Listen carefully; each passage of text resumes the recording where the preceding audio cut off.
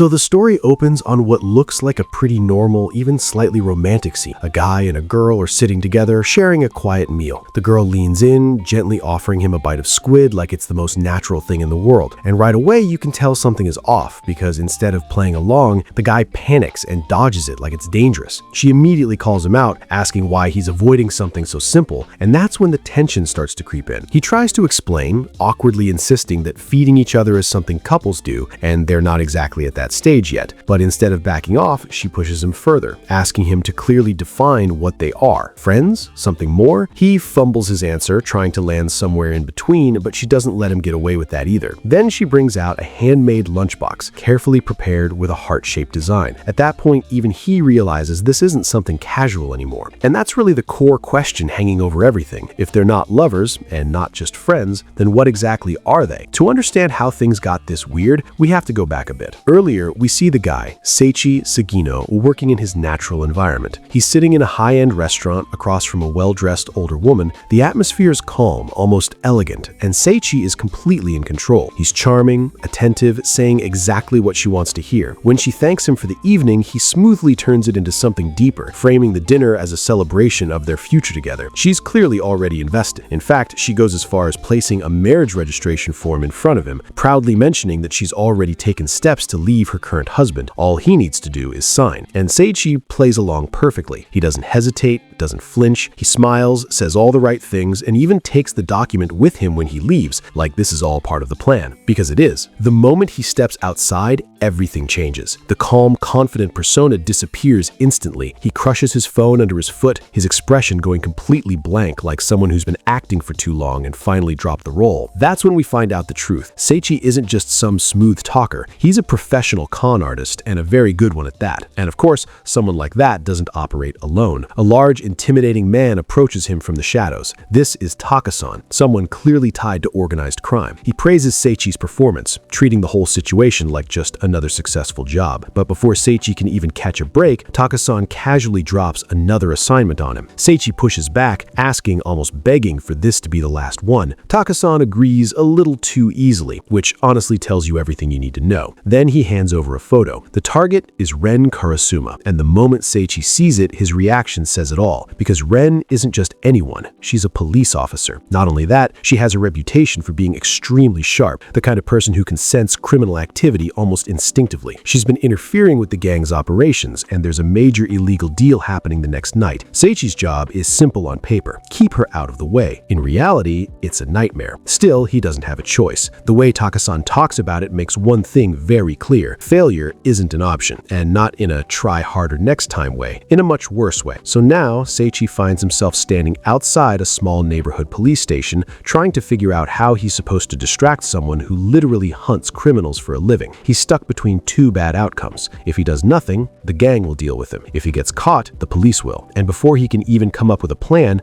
Ren herself shows up. She doesn't ease into the conversation or act friendly. She immediately pulls out her gun, looks him dead in the eyes, and says she smells something suspicious. It's not even dramatic, it's just direct and unsettling. She studies his face like she's scanning him, comparing him to some internal database. And for a second, it really feels like everything might end right there. But somehow, he passes. She doesn't find a match, and although she's still suspicious, she lowers her guard just enough. Seichi quickly throws together a weak excuse about losing something, and she brings him inside to fill out a report. Now this is where things get interesting. While she's focused on the paperwork, Seichi starts analyzing her. Not in a creepy way, but in a very calculated professional sense. He notices that she's serious, straightforward, and not very experienced socially, especially when it comes to relationships. And more importantly, her ability to detect crime seems tied to her attention. When she's focused on something else, that edge disappears. That gives him an opening. And instead of playing it safe, he goes all in. Out of nowhere, he looks her in the eye and tells her she's beautiful. It's such a sudden shift that it almost feels ridiculous, especially considering the situation. He's in a police station on a tight deadline, trying to avoid getting exposed, and his strategy is direct flirting. But from his perspective, it actually makes sense. He doesn't have time for slow manipulation, and someone with no experience in love is more likely to respond to something simple and sincere. At least, that's the theory. Ren doesn't react the way he hoped. She stares at him like he just said something completely absurd, questioning his intentions. But he doesn't back down. He doubles down, praising her appearance, her professionalism, even the way she carries herself as an officer. Then he asks her out, and internally, he's falling apart. Every second that passes without a positive reaction feels like a step closer closer to failure. Then something shifts. She leans in, her tone becoming quieter, more serious, asking what he's really trying to do. And in that moment, Seichi realizes his current approach isn't enough, so he takes it one step further. He changes the angle completely and says he fell in love with her at first sight. Now, this is where things stop being predictable, because instead of rejecting him or calling him out, Ren actually accepts. And from Seichi's perspective, it feels like he somehow pulled off a miracle. He even reports back later, thinking he managed to secure enough of her attention to buy time. But what he doesn't realize is that this didn't go the way he expected at all. When they meet again, Ren shows up still in her police uniform, completely serious, and immediately places a marriage registration form on the table, with her name already filled in. At this point, even Seichi is completely thrown off. He tries to process what's happening, asking why she would bring something like that. And her answer is simple. He said he fell in love with her, so naturally, this is the next step. The problem is, Ren has no real experience with relationships, so when she finally encounters something that feels like love, she doesn't approach it slowly or cautiously. She goes straight to the end result. For her, there's no concept of let's see where this goes. It's either nothing or everything. And unfortunately for Seichi, she chose everything. From her perspective, if they're going to end up together anyway, there's no reason to delay it. Even when he tries to escape by saying he doesn't have what he needs to finalize anything, she's already prepared for that too. At this point, you can tell he's starting to lose control of the situation. His original plan was simple: keep her distracted for one night, then disappear. But now he's dealing with someone who's taking everything seriously, and that makes things way more dangerous. He immediately tries to slow things down, suggesting they start as friends, or at least take time to get to know each other. Then, in the middle of all this, she suddenly leaves. At first, he assumes she just stepped away for a moment, but as time passes, it starts to feel off, and then his phone rings. It's Taka-san, and he's furious. Before Seichi can even ask what goes on, gunshots echo through the scene. When we cut to the source, everything falls apart at once. Ren is standing in a storage area, calmly firing at Taka-san, who's desperately trying to avoid getting hit. She's already uncovered the illegal deal, completely shutting down the operation Seichi was supposed to protect. And the worst part is how casually she explains it. From her perspective, she just followed her instincts. Something felt off during their time together, so she went to check it out. And just like that, she found the entire operation and dismantled. Seichi is stuck watching this unfold, realizing there's no good outcome left. If the deal fails, the gang will come after him. If he interferes, he's going directly against the police. And right now, both sides are already looking at him like he's the problem. Taka-san, barely holding it together, even calls him a traitor, convinced that this was all part of some setup. And honestly, from the outside, it really does look that way. The situation has completely collapsed, and this is exactly where things start to get even more complicated. Right when everything is already falling apart, Seichi makes a move that honestly shouldn't work, but somehow does. Instead of backing off or trying to explain himself, he throws himself directly toward Ren. From her perspective,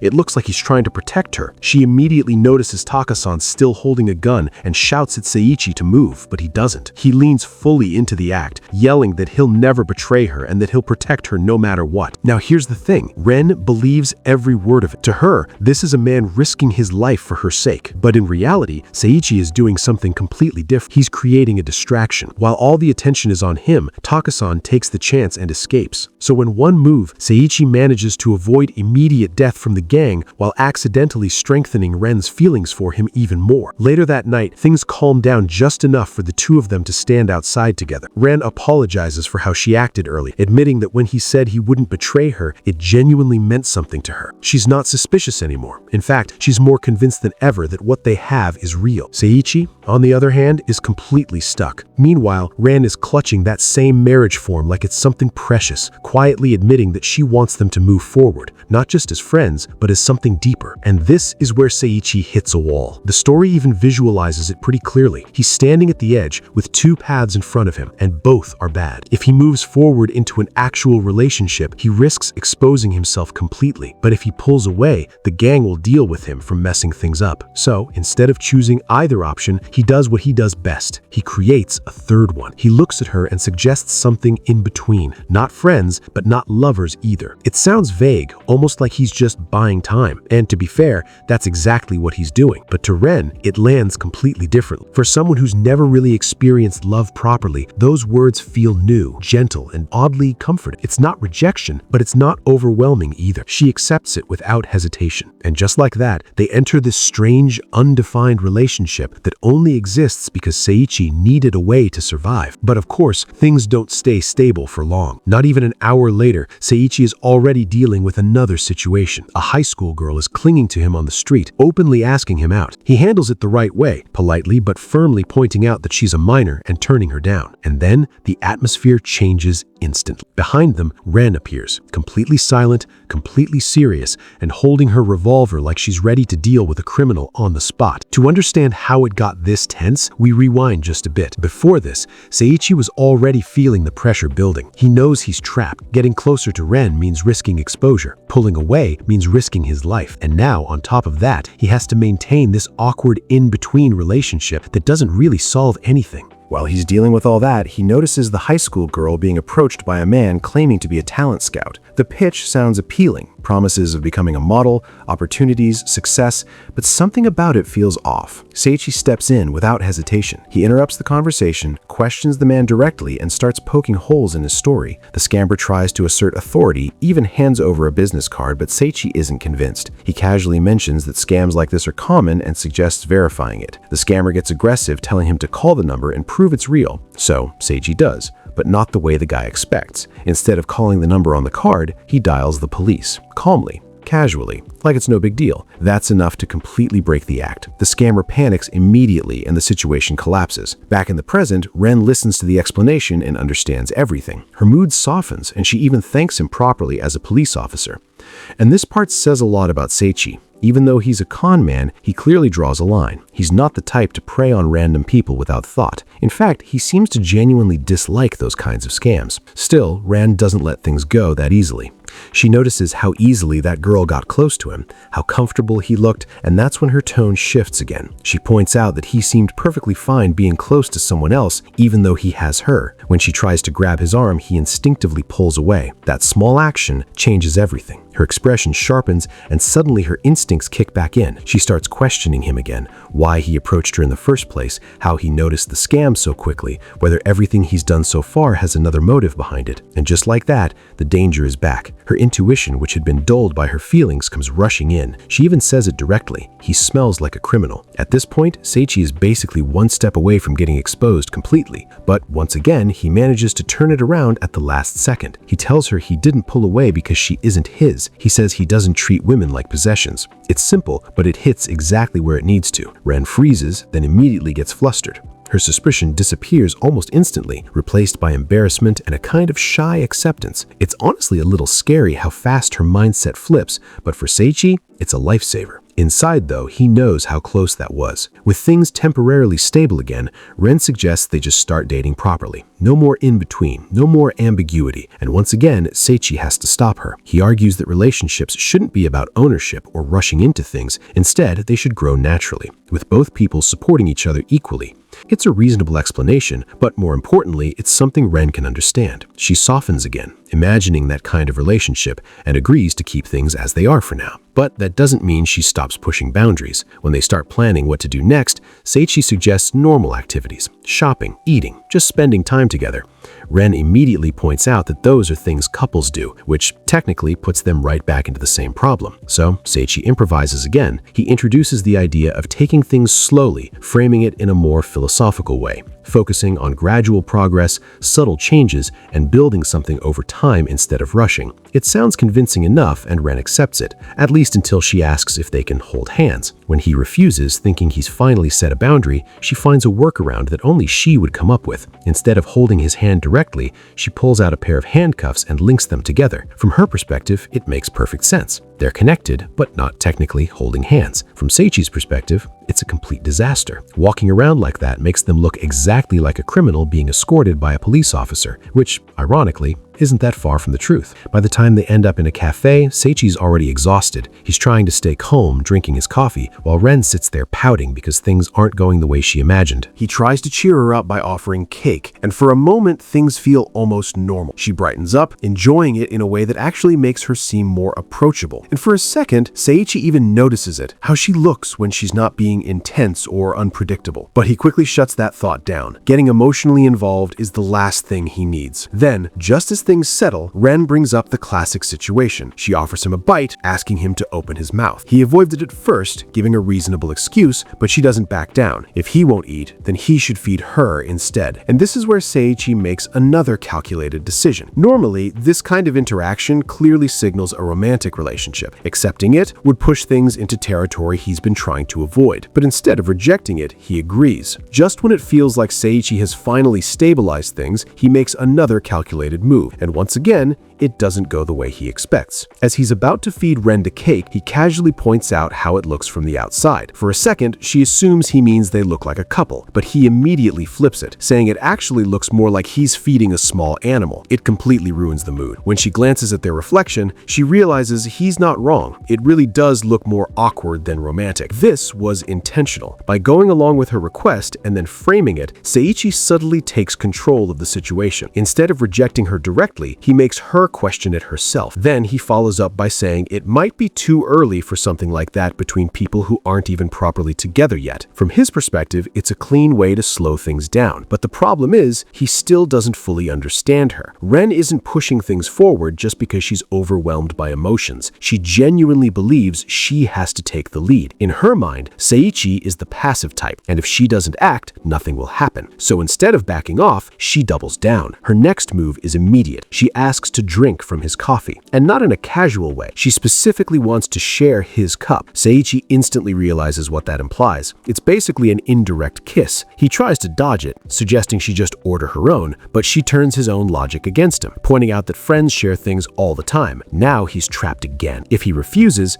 it contradicts the whole more than friends idea he created. If he accepts, he lets things move further than he wants. For a moment, he tries to play it off, acting like it's no big deal, but Ren is already a step ahead. She takes it even further by pulling out her phone, casually mentioning she might share this moment with her coworkers, like it's something worth showing off. At this point, it's less about the coffee and more about how far she's willing to push things. But then, something unexpected happens. Right as she's about to drink, she pauses. Seiichi notices something's off, and after a bit of hesitation, the truth comes out. Ren can't handle bitter drinks at all. She tries to force herself, but immediately struggles. And because they're sharing, she refuses to add sugar or milk to his coffee. It turns into this oddly human moment where her tough, composed image just collapses over something as simple as taste. She even gets frustrated with herself, openly admitting how childish it feels. And instead of using that moment to manipulate her, Seiichi does something a bit different. He orders her a sweet drink. No tricks, no strategy, just a simple adjustment to make things easier for her. Then he casually tells her that he actually finds that side of her kinda cute. And once again, it lands perfectly. Ren gets flustered immediately, completely thrown off by how natural that compliment feels. It's not calculated like before. It feels genuine, and that makes it hit harder. From there, the mood softens a bit. She enjoys her drink, and Seiichi finally gets a moment to breathe. But even in that calm, Ren finds a way to move things forward again. She points out that he doesn't like sweet things, and she doesn't like bitter ones. In her mind, that means they're learning about each other, which means their relationship is progressing. And to make sure he can't deny it, she reminds him with proof. She actually recorded his earlier explanation about getting to know each other. At that point, Seiichi just gives up trying to argue. He realizes something important here. Ren isn't just impulsive. She's paying attention. She remembers things. She uses his own words against him. He finally starts to see her differently. She's not just unpredictable. She's dangerous in her own way. Soon after, things escalate again in a completely different direction. Seiichi finds himself sitting inside a police car with Ren driving. She casually calls it a drive date, but from his perspective, it feels way too close to being arrested. And honestly, he's not wrong to feel that way. A little earlier, he had gone to meet Taka-san again, trying to figure out how long he has to keep this act going. He's hoping for a short timeline, something manageable. Instead, he gets hit with 3 months. That completely changes everything. 3 months of staying close to a police officer who could literally sense criminal intent. 3 months of maintaining a fake relationship without slipping up once. It's not just stressful,